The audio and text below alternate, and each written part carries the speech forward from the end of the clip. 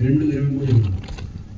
ఆయన పస్కా పండుగ సమయంలో యెరూషలేములో ఉండగా ఆ పండుగలో అనేకులు ఆయన చేసిన సూచనలు గురించి ఆయన నామమున విశ్వాసం ఉంచింది.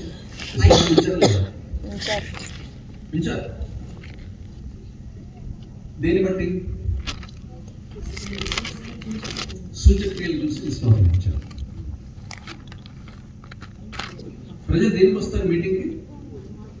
అద్భుతాల కోసం, సూచక్రియల కోసం. ఎందుకు వస్తారు మీటింగ్? చెప్పండి. మీరు ఎందుకు వచ్చారు చెప్పండి. నిజంగా చెప్పండి. గుండె మీద చేసుకుని చెప్పండి.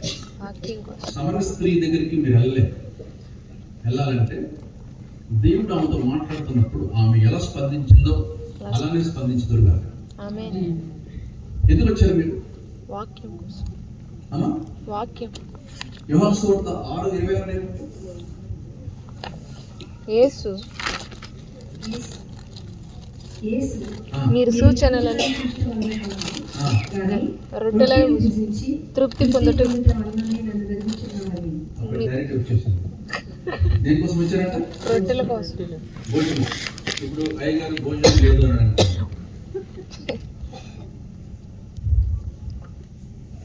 నేనంతా ఎప్పుడు ఊరికే కారణానికి వచ్చే బదులు మీరు అనుకుని రావచ్చు కదా. అయ్యే ఆ పాడుబుద్ధులే వద్దు, అదే వద్దు. ఇకనే అప్పలం వస్తే తినిపోదామని గుర్తు పెట్టుకోండి. నేను నేర్చుకున్న మాట మరి ఎప్పుడైనా గుర్తు పెట్టుకో. నీకు అన్నం పెట్టినా పెట్టకపోయినా నువ్వే ప్రభువుకి ధారాళంగా ఇచ్చుదుగాక. ఇవ్వాలి. ఏమొస్తుంది? నజరేతులో మంచిది అన్నాడు. రావే వచ్చి చూడన్నాడు. పిలుపుని అడిగాడు నతానేలు, ఏమొచ్చింది అన్నాడు. నువ్వు రా అన్నాడు. వచ్చి చూశాడు. ప్రభు ఉన్నాడు అక్కడ. నువ్వు ఇచ్చి చూడు, దేవుడి కోసం ఇవ్వు, నీ జీవితాన్ని దయనివ్వు. నీ ఆస్తులన్నీ అమ్మి ఇచ్చినా నువ్వు ప్రభు రుణం తీర్చుకోలేవు. ఎప్పుడన్నా కూడా గుర్తుపెట్టుకో. ఇక్కడ ఉన్నటువంటి మీకు ఒక 100 సంవత్సరాల క్రితము మిషనరీ ఎలా పనిచేశాడో అని ఒక పేపర్ ఇచ్చి రాయమంటే ఎంతమంది రాస్తారు? కరెక్ట్గా ఒక్కరు రాయరా? కొన్ని విషయాలను రాయరు. వాళ్ళు ఎలా త్యాగం చేస్తున్నారు, ఎట్లా బ్రతికారు ప్రభు కొరకు, ప్రభు ప్రేమను చూపించారు. మీకు తెలుసా? మదర్ తెరీసా గురించి తెలుసు. ఆమె దేశానికి వచ్చి ఆమె పందికొక్కులు చెవులు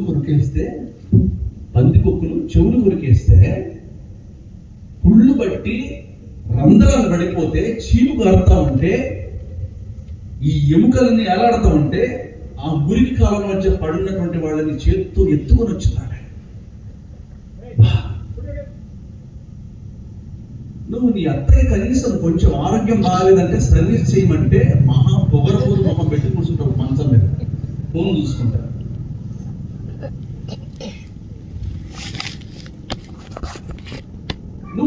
నువ్వు దాసుడుగా ఉండవు కాక, దాసుడుగా ఉండవు కాక, నువ్వు దీన్ని సర్వీస్ చేయలేదు. నువ్వు ఉందా మనసు నీకు? ఎవరికి రొట్టె ముక్కల కోసం ఆశీర్వాదాల కోసం వస్తాడు ప్రభు చెప్తున్న మాట. ఇక్కడ చూసినట్లయితే యోహాను సువార్త 2:23-24 చూస్తే యేసు అందరినీ ఇక్కడ ఉన్న ప్రతి ఒక్కరు తెలుసు. నీ హృదయం ఏంటో తెలుసు, నువ్వు ఎందుకు వచ్చావో తెలుసు, నీ బతుకేంటో తెలుసు, నువ్వు వారం క్రితం ఎవరిని మోసం చేసావో, ఎక్కడెక్కడ డబ్బు విషయంలో తప్పుడు లెక్కలు చెప్పావో, బల్ల మీద చేయబెట్టి బల్ల కింద లంచాలు ఎలా తీసుకుంటావో దేవుడికి అనే తెలుసు. అన్ని తెలుసు. ఆయన అందరి హృదయం వెలిగినవాడు. నువ్వు నీ ఫోన్లో ఏముందో తెలుసు, నువ్వు నీ భర్త నువ్వు ఎవరితో మాట్లాడుతావు తెలుసు, నువ్వు ఎక్కడెక్కడ ఏ కుప్పలో చిచ్చులు పట్టావో తెలుసు, నువ్వు తెల్లవారు ప్రార్థన చేయకుండా 10 గంటల పడుకొని దున్నపోతులా తింటానని నిన్ను నన్ను దేవుడు చూస్తూ క్షమించుకోమంటాడు. ఇంకా మనం మారాలి. మా నాన్న అనేవాడు, నీ హృదయాన్ని దున్నాలంటే కష్టం రాడు. ఎందుకు రానంటే నువ్వు దున్నపోతువి రా, నేను దున్నపోతున్నాడు. నువ్వు దున్నపోతువి, నేను ఎట్లా దున్నుతాను? సూపర్ కూడా ఇప్పటికి గుర్తులు మీకు సార్. అది తండ్రి అంటే.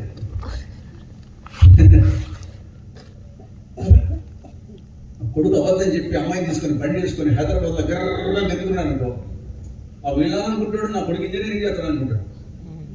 అప్పుడు ఎల్పీ స్టేడియంలో ఫోటోలు పెడతాడు, ఇట్లా చేతులు ఎత్తున్నారు ఫోటోలు పెట్టి ట్యాంక్ బండి తిరుగుతూ ఉంటాడు అమ్మాయిని వేసుకుని. అది పెట్టాడు ఫోటో, ఇది పెడతాడు, ఎల్పీ స్టేడియం ఇది పెడతాడు. ఇది జరిగిన విషయం చెప్తాను బయట. ఆ ఫోటోలు పెట్టాడు. ఈయన అనుకున్నాడు, అబ్బా ఆ కొడుకు ఎల్పీ స్టేడియం చాలా ఆరాధన, గొప్ప ఆరాధన. నాకు ఇంకో ఫ్రెండ్ పెట్టాడు, అన్నాడు వీడు ఇక్కడ ఉన్నాడు ట్యాంక్ బండి దగ్గర. ఏంటంటే ఇగో ఇద్దరు కలిసి మంచిగా అక్కడ సిగరెట్ అవుతున్నాడు, పక్కన నేను ఫోటోలు కొట్టి నాకు పెట్టాడు. ఇది ఎల్పీ స్టేడియం ఆరాధన. ఏం లేదు, ఎవరిలో మార్చుతారు. అదంత ఈజీ కాదు, మారుమోసం లేదంత ఈజీ కాదు. సమరయ స్త్రీకి పశ్చాత్తాపం వచ్చింది, మారుమోసం వచ్చింది. ఆయన అందరి హృదయ ఆంతర్యం ఎరిగినాడు. ఈ రాత్రి సమరయ స్త్రీ యొక్క ఆంతర్యం ఎరిగిన దేవుడు నీ ఆంతర్యం ఏంటి కూడా ఆయన తెలుసా.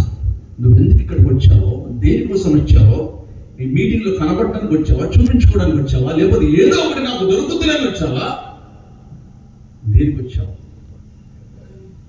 ఈ రాత్రి ప్రభు అడుగుతున్నాడు. అప్పుడు ఆయన చివరకు మాట్లాడాడు ప్రభు, ఆయన తన వారి వశము చేసుకోలేదు. ఏంటంటే అర్థం ఏమర్థమైంది అక్కడ మీకు? భార్య భర్తలకి ఇద్దరికి పెళ్లి ప్రమాణాలు చేయమని ఇద్దరికి మైక్ ఇచ్చారనుకోండి, నువ్వు చెప్పమంటాడు. భార్య చెప్పింది, అమ్మాయి చెప్పిన తర్వాత ఈయన కూడా మైక్ ఇస్తాడు. పాస్ గారు ప్రమాణం చెప్పు అనగానే మైక్ ఇసిరేసాడు అనుకోండి, అర్థం ఏంటి? ఇష్టం లేదు. అదే ఇష్టం చేసింది అక్కడ. ఆయన తనను వారి వశము చేసుకోలేదు. అర్థం ఏంటి తెలుసా? నాకు ఇష్టం లేదు మీతో మాట్లాడు. మరి విశ్వాసం ఉంచారు కదా, విశ్వాసం వచ్చినా నాకు ఇష్టం లేదు.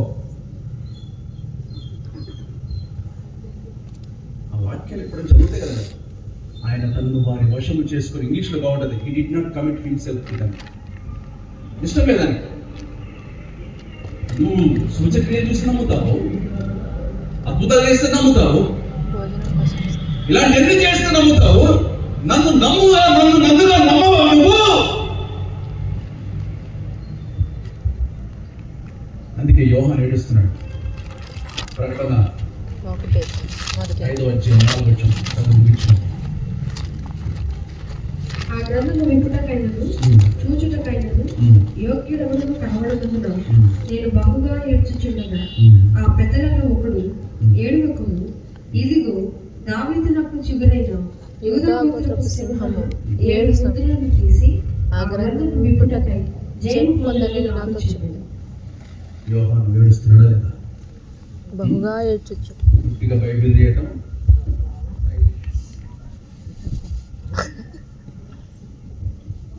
ఏమనుకుంటున్నావు? జోక్ అనుకుంటున్నావా? తమాషా? చేతులు ఇరిగిపోతాయి, తగలబడిపోతావు. ఏమనుకుంటున్నారు? నా సినిమా ప్రపంచంలో నన్ను మార్చింది. కోట్లు సంపాదిస్తాను, కోట్లు 1000 బూతు పాటల్లో కూర్చొని 6-8 కూర్చొని రాశాను. బూతు పాటలో కూర్చొని రాశాను. ఒక పాట అనుకుంటే 50 నుంచి 1,00,000 రూపాయలు వచ్చాయి. ఆ రోజు చాలా డబ్బులు వచ్చాయి. అమ్ముకుందాం అనుకున్నాను.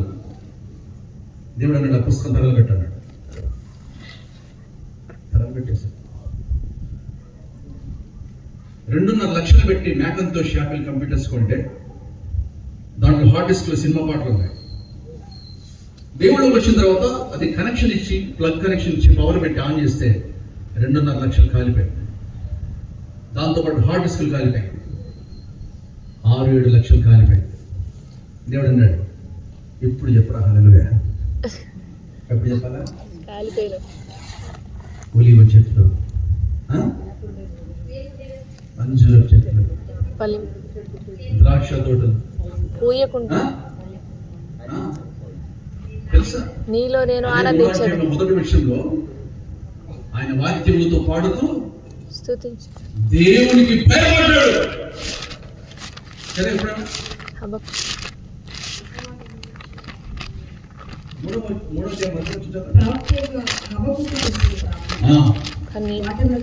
వాయిద్యములతో పాడదగినదంట. ఏమంటాడు తర్వాత? యెహోవా ఆ, నిన్ను గూర్చిన వార్త విని నిన్ను గురించిన వార్తని నేను భయపడుచు భయం లేదు నీకు అసలు ఈ రోజు రాత్రి. భయం లేదు నీకు. ప్రార్థన చేయాలన్న భయం లేదు, ప్రార్థన చేయాలన్న తెగింపు లేదు నీకు. భయం లేదు దేవుడు అంటే. నా పిల్లలకి, నా కూతురికి పెళ్ళైనా కాకపోయినా, నా కొడుకు ఉద్యోగం వచ్చినా రాకపోయినా, నా ఇల్లు తాళబడ్డా, నా ఆస్తులన్నీ మా బావమరిది కొట్టేసిన, నా పొలాలన్నీ ఎవడన్నా దోసుకొని పోయినా, నా దస్తావేజులు కనబడకపోయినా, ఏది తగలబడ్డా, ఏది పాడైపోయినా, నా కారు ఉన్నా లేకపోయినా, ఏమి నాశనం అయిపోయినా, నేను యెహోవాను ఆరాధిస్తాను. ఆమేన్. అది వాక్యం. అన్నీ ఉన్నప్పుడు నువ్వేంటి? ఎవరైనా దయ్యాలు కూడా ఎదుగుతాయి. నువ్వేం దిగలేదు. అది ఎహెచ్కేల్ మాట్లాడుతున్న విషయం, అది హబక్కూకు మాట్లాడుతున్న విషయం, ఇర్మియా మాట్లాడుతున్న విషయం. అందుకే దేవుడు అంటాడు, ఆయన తను వారు విషయం చేసుకున్నాడు. ఇష్టమైన దేవుడికి మాట్లాడు. ఈ రాత్రి దేవుడిని చూసి అట్లా అనుకుంటున్నాడా? సమర స్త్రీలకు నేను చూసి అమ్మ అని పిలుస్తున్నాడా? చాలా అద్భుతం ఆమె. నాకు ఆశ్చర్యం వేస్తుంది. ఆమె కోసం ప్రభు నడుచుకుంటూ కూడా ఏంటి? ఒక్క వ్యక్తి కోసం 12 గంటలకి. ఈ రాత్రి ప్రభు ఇంటికి వస్తాడా? ఒకసారి హృదయం మీద నుంచి వేసుకుని ఆలోచించుకో. ప్రభు నీతో మాట్లాడితే, ప్రభు నాకు నువ్వు కావాలి, నాకు అద్భుతాలు, ఆశ్చర్యకార్యం, నాకేదో ప్రీతి, నాకేదో ప్రభు ఆశీర్వాదం నేను కాదు నాయన. నాకు నువ్వు కావాలి ప్రభు, నాకు నువ్వే కావాలి. నేను చచ్చిపోయాను, బతికే ఉన్నా. ఒక పని చేయి, నేను ఒక అడవికి వెళ్తా, నాతో రా. రాయగడ, ఛత్తీస్గఢ్, వాలుల్లో వాడి ఆడ రోడ్ల మీద పాడుతూ ఉంటాను నేను. నువ్వు కూడా వచ్చావు అనుకో, నువ్వు కూడా పాడవచ్చు. మరి ఎందుకు నీ నోరు? పనికి మేళ నోరు, ముచ్చట చెప్పుకోవడానికి, మాంసం తినడానికి, ఆ పొంపల చేత ఈ పొంపలు వేయడానికి, షాడీలు చెప్పడానికి. ఏదో నోరు వేస్ట్ కదా. ఆ విషయం చెప్పాడు కదా, అయిపోయి కదా. నీ నోరు కాల్చుకో. నీ గొప్పలో ఉదయాన్నే దావీదు పాట, దేవుని మాట ఉండును గాక. ఆమేన్ అంటారని ఉండదా? అది పక్షవాదం. ఇది అబద్ధం అండి. ఇక్కడ చెప్తాం ఇదే ఏదో మధ్యలో మరీ బాగుంటుందని తెలియదు. ఆమేన్ అంటుంటాడు. బెల్ట్ తీయాలి కానీ లోపల తీసుకెళ్ళి బిర్యానీ పెడతా సార్ లోపల తీసుకొని తలమే అలవాటు అంతే. ఆమె ఊదక అస్సలు లేదు దేవుడు అక్కడ, అస్సలు లేదు. చాలా బద్దం. రాత్రి మీకు తెలుసా, యేసుప్రభు సమర స్త్రీ నడుచుకుంటే నాకు ఆశ్చర్యం వేస్తుంది. ఆ సన్నివేశం చదువుతుంటే అద్భుతం వేస్తుంది. అసలు ఒక 80 కిలోమీటర్లు దాదాపుగా. చూడండి, ఆఖరి మందులు మీరు చూస్తే దేవుడు ఎంత ప్రేమగలడు అంటే యోనాకు చెప్పాడు, యోనా ఓ ఎక్కడికి? నినివే యొక్క రాజధాని ఏంటి? తార్షీషు ప్రజలు భయంకర క్రూరుల మాట, మహాదుర్మార్గులు. చిన్న పిల్లల్ని బండేసి కొడతాడు. అంత క్రూరులు వాడు. నేను చెప్పను పోని పారిపోయాడు. అది ఇటు నీ ఇటు పారిపోతాడు. యోనా పారిపోవడం గల కారణం ఏంటి తెలుసా? మీకు చాలా మంది తెలియదు. చాలా భయంకరమైనటువంటి విషయం ఏంటంటే, యోనా తెలుసు ఈ తార్షీషులను కూడా దేవుడు ప్రేమిస్తాడని. దేవుడు ఎట్లంటాడంటే, ఒక భార్య వ్యభిచారంలో రెండాన్ని దొరికినా కూడా క్షమిస్తాడు. భర్త చంపేస్తాడు. అది దేవుడు అంటే మామూలు దేవుడు కాదు. నిన్ను ఎవరు క్షమించినా క్షమించమైనా నన్ను క్షమించి ప్రభుని కాళ్ళు పెట్టుకుంటే ఈ రాత్రి క్షమిస్తాడు. అదే ఎవరు క్షమించాడండి. నాకు ఫ్రెండ్ ఉండేవాడు, అన్నదానాలు చేస్తా ఉంటాడు. ఒక రోజు ఇట్లాగే క్యాంపస్ ముందు అన్నాలు పెడుతున్నాడు. పెడుతుంటే లైన్ కట్టారు. నా ఫ్రెండ్ నాలో నువ్వు రానంటూ వెళ్ళా. సరే అన్నదానాలు చేస్తారు కదా వీళ్ళు, చూద్దామని వెళ్ళా. అందులో ఒక 2-3 ముస్లిమ్స్ ఆ లైన్ లో ఉన్నారు.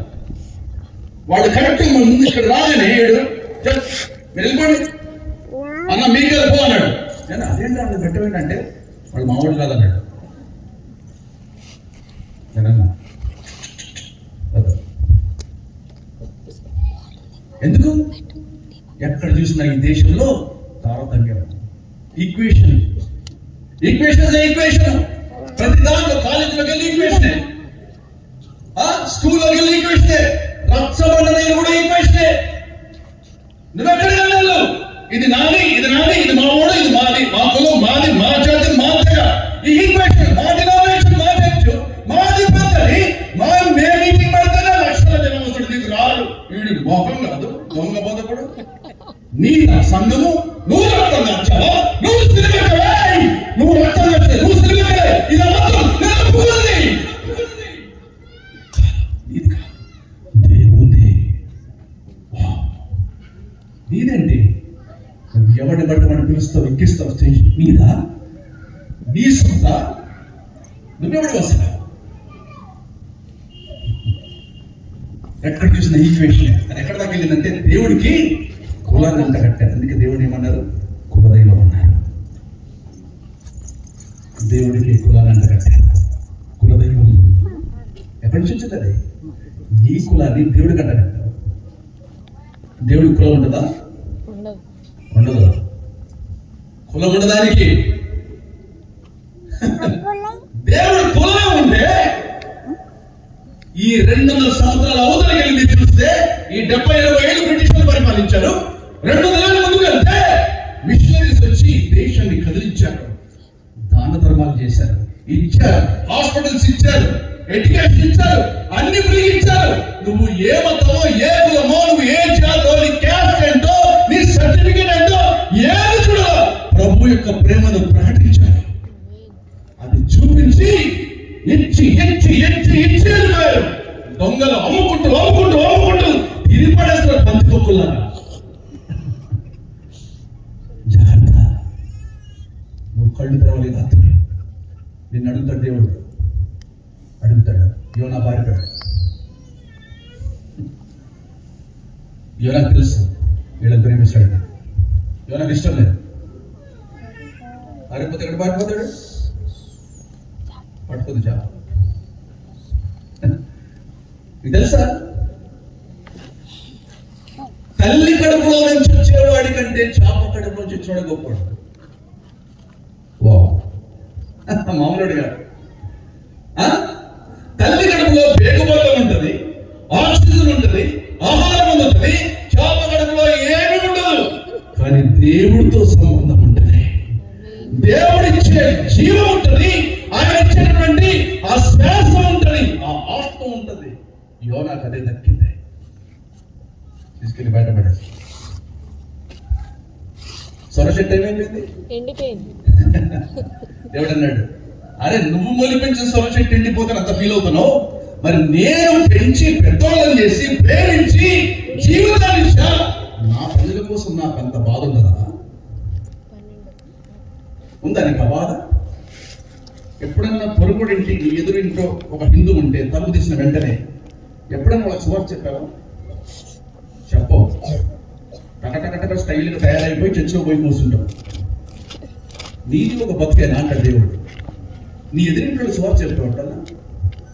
కూరగాయలు కొట్టుకెళ్ళి నేను కూరగాయలు బాగా తెచ్చుకొని తింటాను కదా, ఎప్పుడైనా కూరగాయలు అమ్మ సువార్త చెప్పావా? ఎప్పుడన్నా? చెప్పవు. మాంసం కొట్టుబడి చెప్పావా?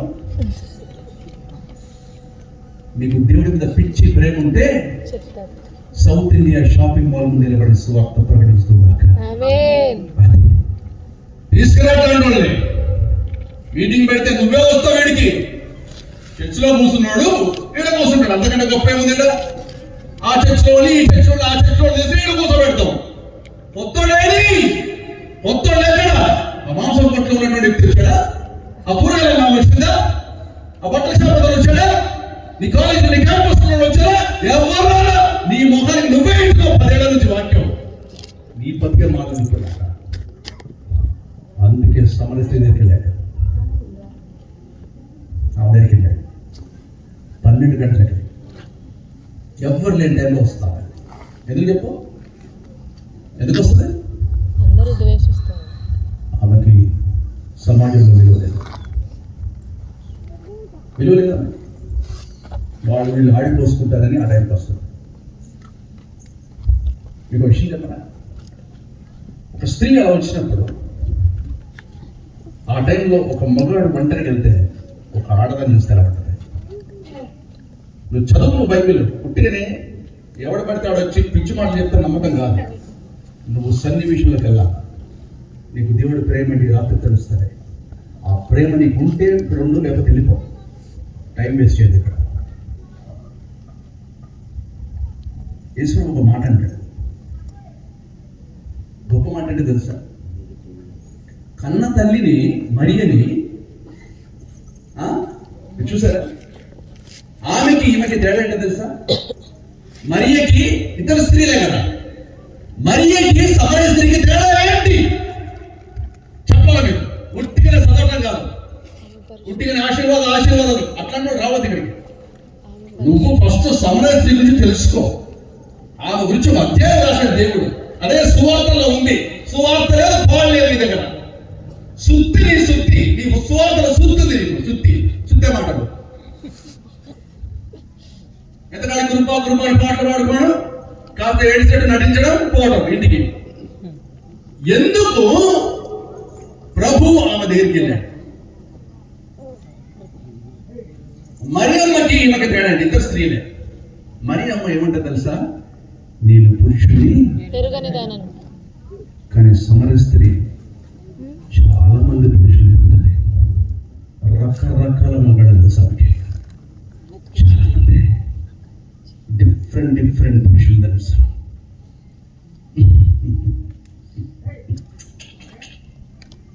ఆ ప్రభు ఎంత గొప్ప దేవుడు అంటే ఆ కళ్ళే ఈ రాత్రి దేవుడు మీకు ఇచ్చిన దాకా.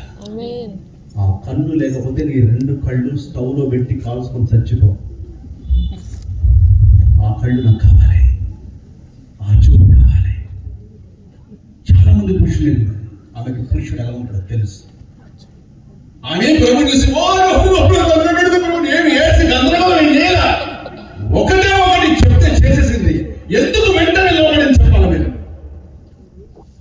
ఆ సమరయ ప్రాంతంలో ఏ పురుషుడు కూడా, ఏ నాడు కూడా అలాంటి చూపు చూడలేదు. దేవుడు చూసిన చూపేది లెక్క. ప్రేమించాడని, క్షమించాడు, అమ్మా అన్నాడు. ఏం చూపది? పవిత్రమైన చూపు, క్షమించే చూపు, ప్రేమించే చూపు. ఏ మొదడు కూడా ఈ సమరయ ప్రాంతంలో నన్ను ఎవరు అట్లా చూడలా. ఈయన చాలా డిఫరెంట్. ఈయన చాలా ప్రత్యేకమైనటువంటి ప్రవక్త. ఈయన చూపులోనే గొప్పవారండి. నన్ను ఏం చేయమంటావు? సమరయ ప్రాంతాన్ని ఉజ్జీవింపజేయాలి. ఓ హల్లెలూయా. ఉందని కాపురా ఆ దుస్తుందని. నువ్వు దేవుడి మాట వినవు, సమరయ స్త్రీ పని చెయ్యవు. ఎందుకు వచ్చినప్పటికీ ఎవరంటే ప్రిస్టేజ్ అంటావు. ఏంటి ప్రిస్టేజ్? తీసుకెళ్ళి పొద్దున పెట్టవు. ఎవడికి కావాలి నీ ఎచ్చులేడా? ఎవడికో నీ గొప్ప.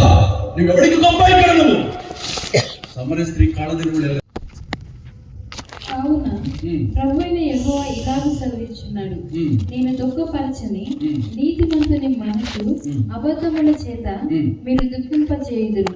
దుర్మార్గులు తమ దుష్ప్రవర్తన విడిచి తమ ప్రాణములను రక్షించుకొనకుండా మీరు వారిని ధైర్యపరుతురు గనుక మనుషులను వేటాడుటకై మీరు కుట్టుగుడ్డలకు. చూడండి, ఇక్కడ దుర్మార్గులు తన దుష్ప్రవర్తన నుంచి విడుదల పొందాలి. అలాంటి వాళ్ళని కూడా పొందకుండా చేస్తున్నారు వీడు. చాలా మంది, చాలా కష్టం. అందుకే మీరు చూస్తే రోమన్స్ లో ఒక మాట ఉంటుంది. రోమిలికి రాసిన పత్రిక 9:19 చదవండి ఒకసారి. విశ్వాసం గురించి ఒక అద్భుతమైన మాట.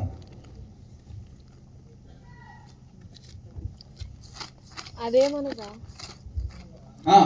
యేసు నీవు నీ నోటితో మృతులలో నుండి ఆయనను లేపెనని. ఆమేన్. ఈ నోటితో ఒప్పుకుంటే సరిపోదు, నోటితో చాలా పాటలు పాడతాం మనం, హృదయంలో పనిచేయదు. అప్పుడప్పుడు నేను ట్రైన్లో వెళ్తున్నప్పుడు చూస్తూ ఉంటాను. మన ట్రైన్లో ఆ రెస్ట్ రూమ్లో బాత్రూంలోకి వెళ్తే అక్కడ ఒక లవ్ సింబల్ వేసి ఐ లవ్ యూ సుజాత అని రాసుకుంటారు. చూడలేదు?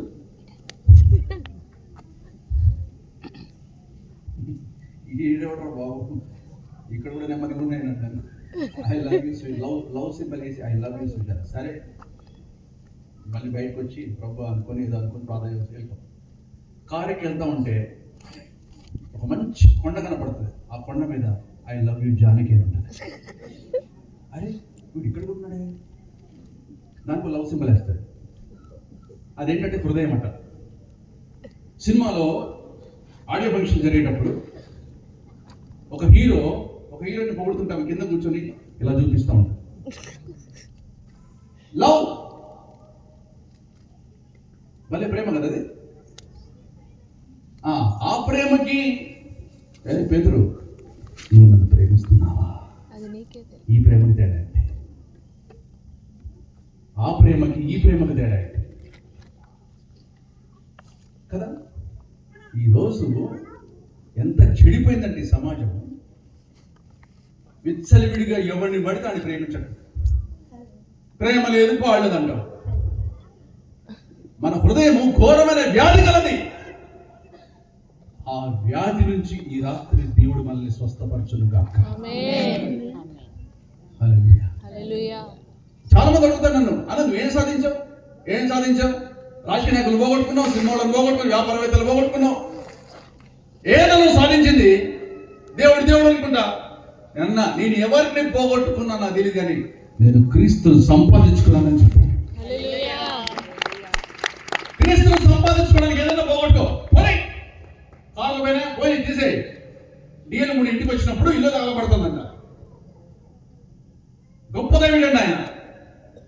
ఇల్లు తగలబడతా ఉంటే చూశాడు, అందరూ ఏంటి అయ్యో నీ కొంప తగలబడుతుంది, మొత్తం మంటలు అంటే అని అన్నాడంట. తగలబడితే తగలబడ్డది. నాకు బైబిల్ ఉంది, ఇది ఒక్కటి ఉంది చాలన్నాడంట. అది విశ్వాసం అంటే, అది నమ్మకం అంటే. ఎవడికో భయపడి రూపాలు పొంగించేదేంటి, ఎవడికో భయపడి గుడికాలు పెట్టడం ఏంటి, ఎవడికో భయపడి పెళ్లిళ్ళకి డేట్లు చుట్టడం ఏంటి? సిగ్గులేదు నీకు?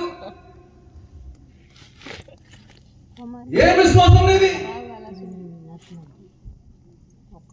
ఈరోజు మనం ఆలోచించుకోవాలి, దేవుని యొక్క బోధ నీ హృదయంలో స్థిరపరచబడదు కాదు.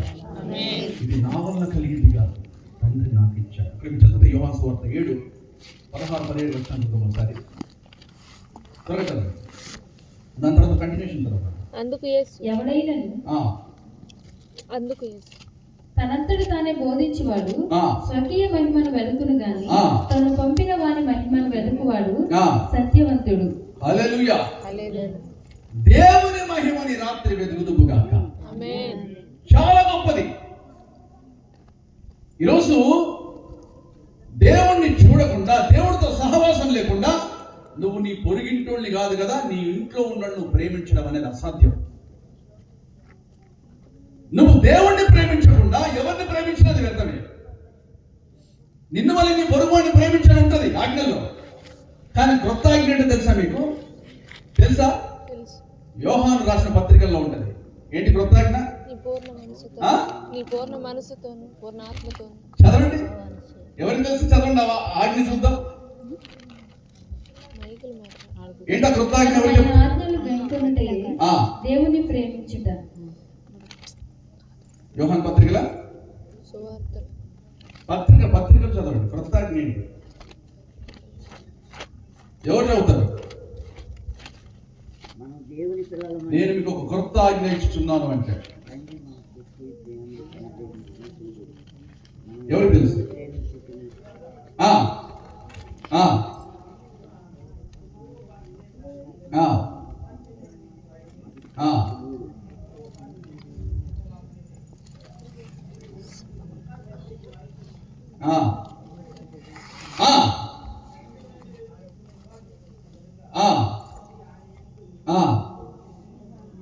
హల్లెలూయా. ఏంటి క్రొత్త ఆజ్ఞ? క్రొత్త ఆజ్ఞ ఏంటి? నిన్ను వల్ల నీ పొరుగువాడిని ప్రేమించడం బాధది. క్రొత్త